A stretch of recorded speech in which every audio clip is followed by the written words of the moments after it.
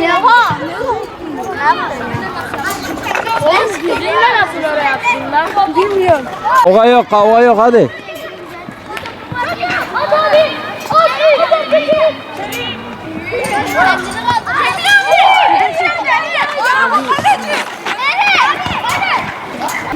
Söyle.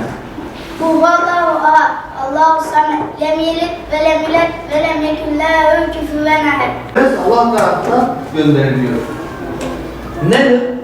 571'de Mekke'ye gönderiliyor. Peki o zaman Mekke'si nasıl? Şimdi Mekke dediğimiz yer arkadaşlar. Söyle. Namaz kılmak, Evet. soruşturmak, Evet. hacca gitmek, Evet. zekat vermek. Evet.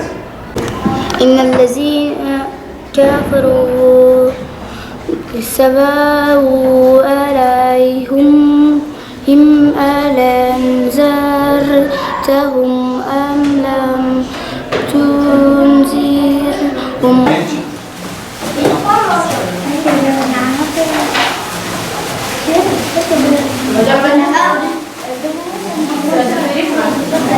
Herkes. Haydi. Dediğimiz dakikayı takın.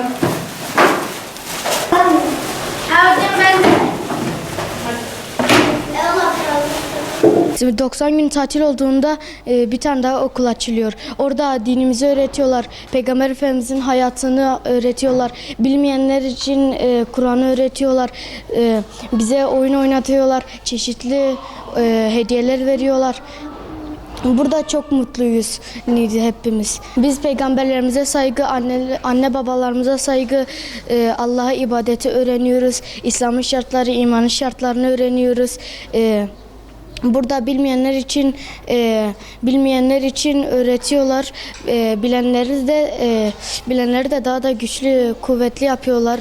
Hem eğleniyoruz hem öğreniyoruz. Okullar tatil oldu. 90 gün tatilde Peygamber Sevdalılar kursuna geldik. Edebali'de dersi görüyoruz. Kur'an'ı öğreniyoruz, eğleniyoruz. Zamanında hocaların hediyeleri geliyor. Buradan çıktığımızda saat 8'de akşam 10'a kadar camiye gidiyoruz. Camide de ders görüyoruz. Orada da oyunumuzu oynayıp geri evimize geliyoruz. Kur'an-ı Kerim okumayı öğreniyoruz. Eğlenmeyi öğreniyoruz. Namaz kılmayı falan öğreniyoruz. İslam şartını öğreniyoruz. İbadet etmeyi öğreniyoruz. Her şeyi, dini, imani, her şeyi öğreniyoruz.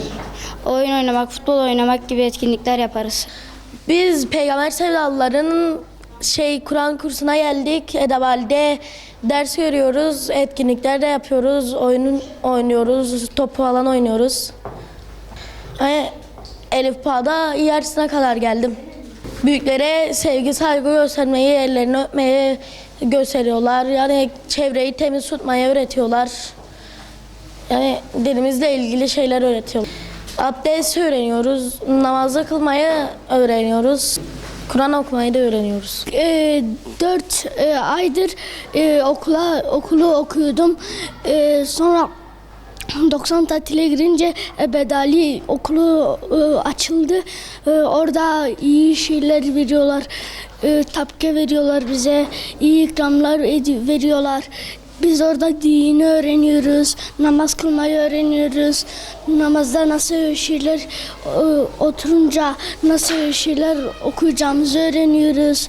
Sonra orada namazda Kur'an okumayı öğretiyorlar. Annem babamın eşyalarını kırmıyorum, saygılı oluyorum büyüklerime. Çevreyi de temiz tutuyorum, yerdeki çöpleri çöp görünce bazen alıyorum, çöpe atıyorum. Bunlar hepsini okulda mı öğretiyorlar burada? Burada da öğretiyorlar, okulda da.